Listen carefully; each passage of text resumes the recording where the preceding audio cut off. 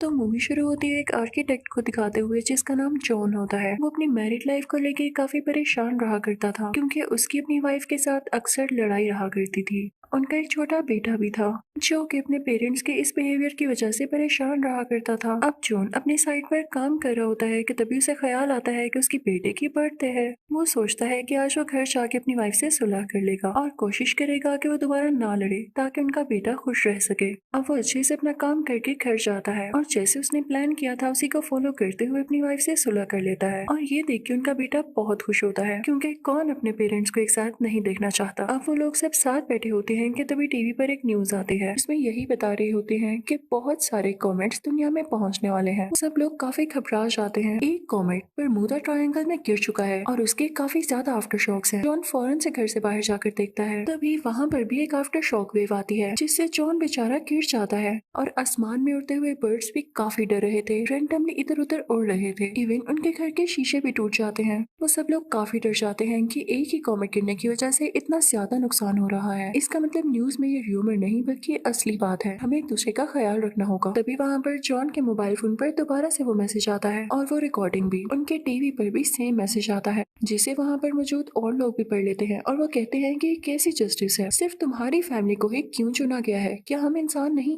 वो सब लोग जॉन को मीन कहते हुए उसके घर से निकल जाते हैं। अब जॉन और उसकी फैमिली पैकिंग करने लगती है। जॉन के बेटे को डायबिटीज होती है तो वो लोग उसकी इंसुलिन भी रखते हैं और फिर अपनी गाड़ी लेकर अपने घर से निकलने लगते हैं। तभी उनके सामने एक औरत आती है जो कि उनकी नेबर होती है और वो अपनी बेटी को उठाकर उनसे रिक्वेस्ट करती है कि प्लीज इसको भी अपने साथ ले जाओ। मैं नहीं चाहती कि ये यहाँ हमारे साथ मर जाए। लेकिन वो लोग ऐसे किसी को नहीं लेकर जा सकते थे क्योंकि उनको अपने साथ किसी को लाना अलाउ ही नहीं था। और ये ज्यादा बुरी बात होती अगर वो बच्ची वहां जाकर वहीं रह जाती। अब खैर ये लोग जैसे तैसे करके आर्मी बेस तक पहुंच जाते हैं जहाँ से इन लोगों ने आगे शेल्टर के लिए निकलना था। वहां पर काफी प्लेन्स खड़े हुए थे जिसके थ्रू ये लोग जाने वाले थे। अब ये लोग भी बाकी सारे लोगों के साथ खड़े हो जाते हैं लेकिन तभी जॉन को याद आता है कि मेरे बेटे की इंसुलिन तो गाड़ी में ही रह गई है। वो अपनी वाइफ से कहते हैं कि तुम प्लेन में जाकर बैठो, मैं इंसुलिन लेकर आता हूँ। लेकिन कई ज्यादा टाइम गुजर जाता है और जॉन वहाँ पर वापस नहीं आता। तो जॉन की वाइफ परेशान होकर सिक्योरिटी से कहने लगती है कि मेरे हस्बैंड मेरे बेटे की मेडिसिन लेने गए थे लेकिन अभी तक वो यहाँ नहीं आए, आप प्लीज उनका वेट कर लीजिएगा। लेकिन यहाँ पर जॉन की वाइफ से गलती हो गई थी क्योंकि जिस प्लेन में वो कुछ लोगों को लेकर जा रहे थे उनमें उनका रूल ये था कि वो पेशेंट्स को नहीं रखते। उस प्लेन में कोई भी पेशेंट अलाउ नहीं था। तो वो जॉन की वाइफ और उसके बेटे को अपने साथ ले जाते हैं। उधर जॉन को जब मेडिसिन मिल जाती है तो वो वापस आता है। वो अपने बीवी और बेटे को आवाजें देने लगता है लेकिन वहाँ पर कोई भी नहीं होता। वो समझता है कि हो सकता है ये लोग प्लेन में जाकर बैठ गए हों क्योंकि मैंने इनको बैठने का कहा था।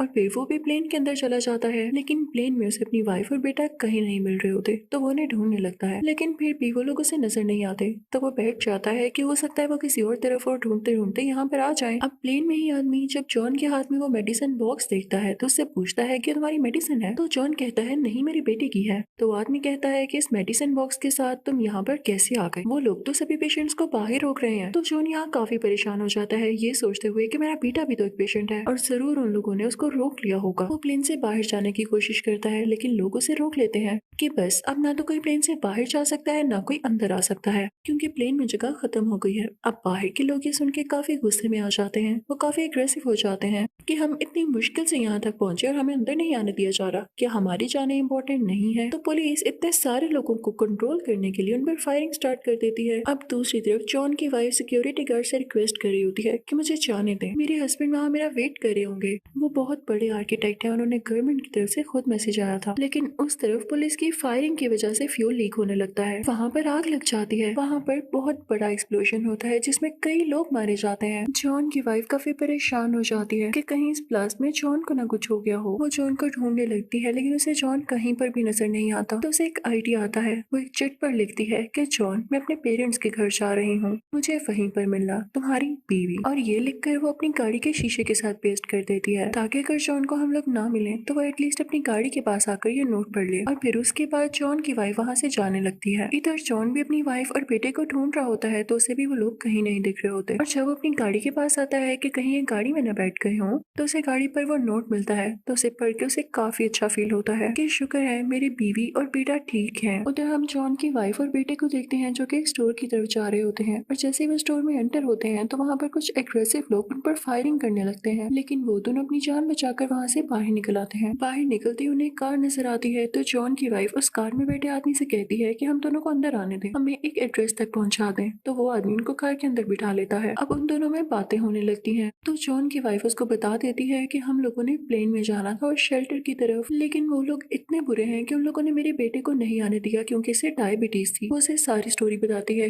कि इस तरह से मैं अपने हस्बैंड से दूर हो गई हूँ और वो मुझे नहीं मिल रहे। जब गाड़ी ड्राइव कर रहा आदमी उसकी सारी बात सुन लेता है तो कहता है कि क्या वाकई उन लोगों ने पहले तुम्हें बुलाया और फिर इसको आने ही नहीं दिया? ऐसा कैसे हो सकता है? बल्कि इस बच्चे को तो ज्यादा जरूरत है शेल्टर की। उस आदमी की बातें कुछ अजीब भी फील हो रही थी। वो कहता है कि मैं खुद इसको वहां पर दोबारा छोड़ कर आऊंगा। तो जॉन की वाइफ कहती है नहीं नहीं, वहां पर ब्लास्ट हो चुका है और अगर ये दोबारा वहां पर गया तो वो लोग इसको पकड़ लेंगे क्योंकि ये पेशेंट है और वहां पर अलाउ नहीं। तो आदमी कहता है कि तुम चुप करो। बड़े बुरे तरीके से उसे गाड़ी से बाहर निकाल के फेंकता है। वो औरत यानी जॉन की वाइफ चिल्लाने लगती है कि मेरे बेटे को कहाँ लेकर जा रहे हो। वो रोड्स पर गाड़ियों से मदद मांगने लगती है। दूसरी तरफ हम जॉन को देखते हैं जो कि अपनी बीवी को ढूंढ रहा होता है। तभी उसे टीनेजर्स का एक ग्रुप नजर आता है जो कि वहां पर सिंगिंग और डांसिंग कर रहे थे, ये सोचते हुए कि दुनिया तो खत्म होने ही वाली है तो क्यों ना इसको एंजॉय कर लिया जाए। तभी कहीं दूर हम कॉमेट का एक हिस्सा गिरते हुए देखते हैं जिसे बहुत बड़ा ब्लास्ट होता है और हर तरफ खामोशी हो जाती है। जॉन अपनी बीवी और बेटे के लिए काफी परेशान हो जाता है और वहां से निकलता है। तभी उसे एक ट्रक दिखाई देता है जिसमें कुछ लोग थे और वो ट्रक कनाडा जा रहा था। जॉन भी उस ट्रक में बैठ जाता है कि हो सकता है कि रास्ते में मुझे मेरी बीवी और बेटा मिले तो मैं उनके पास उतर जाऊं, क्योंकि जॉन की बीवी के फादर का घर भी कनाडा होता है। जॉन को ट्रक में एक लड़का मिलता है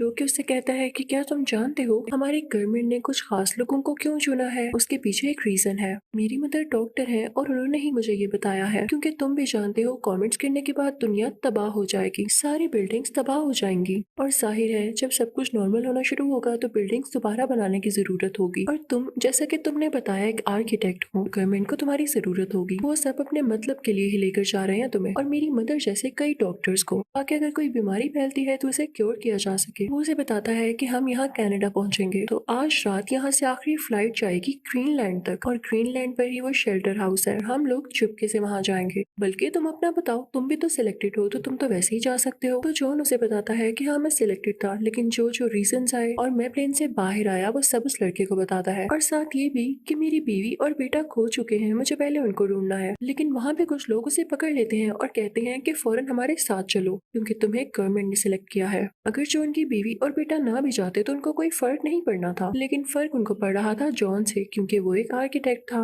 उनमें काफी फाइट होने लगती है। वो जॉन से जबरदस्ती कह रहे होते हैं कि हमारे साथ आओ, लेकिन तभी जो उनको जो ट्रक में लड़का मिला था वो भी आता है और उन लोगों को बचाता है, लेकिन साथ में बेचारा खुद भी मारा जाता है। दूसरी तरफ हमें वही गाड़ी चलाता हुआ आदमी दिखाया जाता है जिसने जॉन की बीवी को अपनी गाड़ी से बाहर निकाला था और जॉन के बेटे को अपनी गाड़ी में ही रहने दिया था। उसके साथ उसकी बीवी भी होती है। वो अपनी बीवी से कहता है देखो हमें नहीं चुना गया था ना, लेकिन हमने कैसे चालाकी से काम किया। अब इस बच्चे के हाथ में स्ट्रिप है जो कि ये शो करती है कि ये सिलेक्टेड फैमिलीज में से है, हम इसके थ्रू शेल्टर हाउस तक जा सकते हैं। अब वो बुरा आदमी अपनी वाइफ को लेता है और जॉन के बेटे को अपनी गोद में उठाता हुआ आर्मी बेस तक पहुंच जाता है और वहाँ के सिक्योरिटी ऑफिसर से कहता है कि देखो ये हमारा बेटा है, इसके हाथ में स्ट्रिप लगी हुई है, लेकिन हमारी स्ट्रिप जल्दी में कहीं खो गई है। देख ही रहे हो यहाँ पर हालात कैसे हैं, हमें प्लीज प्लेन में जाने दिया जाए। तो तभी जॉन का बेटा रोने लगता है और कहता है अंकल ये मेरे पेरेंट्स नहीं है, इन्होंने मुझे किडनैप किया है, मुझे बचा लें। तो पुलिस समझ जाती है कि असल में गेम क्या है और छोटे बच्चे को अपने साथ नर्सिंग कैंप ले आते हैं। दूसरी तरफ जॉन की वाइफ काफी वरीड होती है, लेकिन लकीली उसे कोई लिफ्ट दे देता है तो वो भी यहाँ आर्मी बेस आ जाती है। सब लोगों से पूछने लगती है कि क्या आपने छोटे से बच्चे को देखा। वो अपने बेटे की निशानियां बता रही होती है। तभी एक सिक्योरिटी ऑफिसर उसे नर्सिंग कैंप पे ले आता है। जैसे ही वो लोग नर्सिंग कैंप पहुंचते हैं तो वहाँ पर एक डॉक्टर उसे बताता है कि आपके बेटे को हमने इंसुलिन लगा दिया है, परेशान मत हो, ये यहाँ सेफ है। तो जॉन की वाइफ अपने बेटे को गले से लगा लेती है। वहाँ जॉन की वाइफ एक नर्स से रिक्वेस्ट करती है कि क्या आप मुझे मेरे फादर के घर पहुंचा देंगे। वो उसे सारा एड्रेस बताती है तो नर्स कहती है कि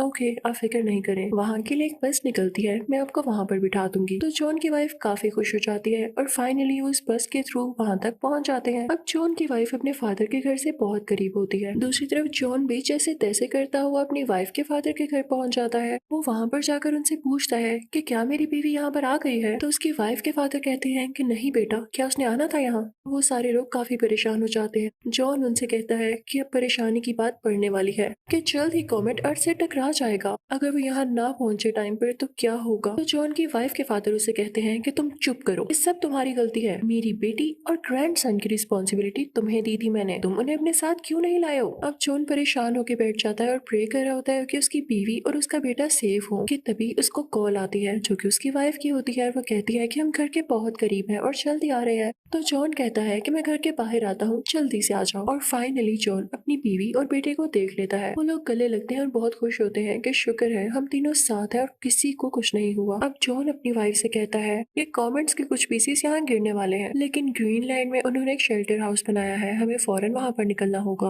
अब तो हमारे पास गाड़ी भी है। अब वो सब तैयार हो जाते हैं, लेकिन जॉन की वाइफ जब अपने फादर से कहती है कि आप भी हमारे साथ आए, तो उसके फादर कहते हैं कि नहीं बेटा, मेरी वैसे भी अब उम्र क्या रही है और मैं अपनी जिंदगी के आखिरी दिन अपने दोस्तों के साथ गुजारना चाहूंगा जहाँ पर मैं बड़ा हुआ। वैसे भी मौत आनी हो तो आकर रहती है, हम उसे रोक नहीं पाते। खैर मैं फिर भी दुआ करूंगा कि सब कुछ सेफ रहे, यहाँ पर कोई कॉमेट न गिरे। तुम लोग जाओ और अपना ख्याल रखना। अभी सीन काफी इमोशनल होता है क्योंकि जॉन की वाइफ अपने फादर की ऐसी बातें सुन के काफी दुखी हो जाती है, लेकिन उसे जॉन और अपने बेटे की खातिर जाना पड़ता है। अब वो लोग ग्रीनलैंड के लिए गाड़ी पर निकल पड़ते हैं कि तभी रास्ते में कॉमेट्स के छोटे छोटे हिस्से गिरने लगते हैं और जहाँ वो गिर रहे थे वहाँ आग लगती जा रही थी। और तो और जिस गाड़ी पर वो कॉमेट का हिस्सा गिर रहा था वो गाड़ी भी ब्लास्ट होती जा रही थी। इस तरह से हर तरफ ट्रैफिक बढ़ गई थी और डेड बॉडीज भी पड़ी हुई थी। वो लोग काफी परेशान हो जाते हैं। जॉन अपनी वाइफ को बताता है कि परेशान नहीं हो, तुम्हें हिम्मत नहीं हारनी, हमें अपने बेटे के लिए हिम्मत दिखानी होगी। वो उसे बताता है कि आज रात लास्ट फ्लाइट कनाडा से ग्रीनलैंड तक जा रही है, हमें जैसे तैसे करके उस प्लेन में बैठना होगा। अब वो लोग तेजी से अपनी गाड़ी चलाने लगते हैं, लेकिन काफी देर हो जाती है। कनाडा से निकलने वाला आखिरी प्लेन अब रनवे पर था, वो टेक ऑफ करने ही वाला था। तभी जॉन अपनी गाड़ी उस प्लेन के सामने ले आता है। तभी पायलट बाहर आता है और उससे बहस करने लगता है कि तुम पागल हो गए हो। तो जॉन उससे रिक्वेस्ट करता है कि प्लीज, तुझे बाकियों का नहीं पता, लेकिन हम यहाँ पर सर्वाइवर हैं, मैं आपसे रिक्वेस्ट करता हूँ मुझे अंदर आने दे, मेरा छोटा सा बेटा है और इवन हम तो सिलेक्टेड फैमिलीज में से एक थे। तो पायलट को उन पर तरस आ जाता है और वो उन्हें प्लेन के अंदर ले आता है। फाइनली उनका प्लेन ग्रीनलैंड तक पहुंच चुका था, लेकिन अभी तक लैंड नहीं हुआ था। कुछ ही दूरी पर कॉमेट का कुछ हिस्सा जमीन पर जाकर गिरता है, जिससे बहुत बड़ा ब्लास्ट होता है और इसकी इतनी ज्यादा शॉक वेव्स जनरेट होती हैं कि ऊपर प्लेन तक आती हैं। इसकी वजह से उनका प्लेन एक पहाड़ के साथ जाकर लगता है और क्रैश हो जाता है। वो सिर्फ आगे से डैमेज हुआ था और उसका सिस्टम रुक गया था। लक की बात यह है कि उसमें आग नहीं लगी थी, ना ही किसी पैसेंजर को कुछ हुआ। तभी ये सारे लोग हाथ हिलाने लगते हैं क्योंकि सामने आर्मी होती है और आर्मी इनको रेस्क्यू करने आ जाती है। आर्मी फौरन से इन लोगों को शेल्टर हाउस के अंदर ले जाती है, जो कि एक बहुत बड़े बंकर की तरह था। वो वक्त आ चुका था जब बहुत बड़ा कॉमेट इस दुनिया पर गिर चुका था। बाहर बहुत बड़ा ब्लास्ट होता है जिससे पूरी दुनिया हिलने लगती है, जैसे बहुत बड़ा अर्थक्वेक आया हो। बहुत जोरदार आवाज आती है और शेल्टर हाउस यानी उस बंकर के अंदर लोग भी काफी हिल जाते हैं और डरने लगते हैं। जॉन अपनी फैमिली को गले से लगा लेता है और यहाँ पर उसे सारे फ्लैशबैक आने लगते हैं और वो अपनी फैमिली से कहता है कि मैं तुम सबसे बहुत प्यार करता हूँ। लेकिन तब अचानक से खामोशी हो जाती है। बाहर की दुनिया पूरी तरह से तबाह हो चुकी थी, लेकिन अब कोई कॉमेट ऐसा नहीं बचा था जो कि गिरने वाला हो, क्योंकि आखिरी कॉमेट गिर चुका था और उसी ने काफी तबाही मचा दी थी। हर तरफ पॉइजनस गैसेस फैल जाती हैं, तो सब लोगों को बाहर नहीं आने दिया जाता, क्योंकि शेल्टर हाउस में कुछ खाना भी था और कुछ फैसिलिटीज भी थी, इसलिए कुछ महीने तक उन लोगों को अंदर ही रखा जाता है। लेकिन जैसे ही बाहर का एटमोसफियर कुछ ठीक होने लगता है तो ये चैम्बर यानी शेल्टर हाउस का दरवाजा खोल दिया जाता है और जब ये लोग बाहर आते हैं तो देखते हैं कि पूरी दुनिया तबाह हो चुकी है। लेकिन बहुत ज्यादा शुक्र करते हैं कि हम तो बच गए। इनको न्यूज मिलती है कि दुनिया के छोटे छोटे कोनों में ये शेल्टर हाउसेस बनाए गए थे और इनकी तरह कुछ और लोग भी बाकी बचे हैं जो कि सब मिलकर एक नई दुनिया का स्टार्ट करेंगे। और इसी के साथ ये मूवी यही एंड हो जाती है।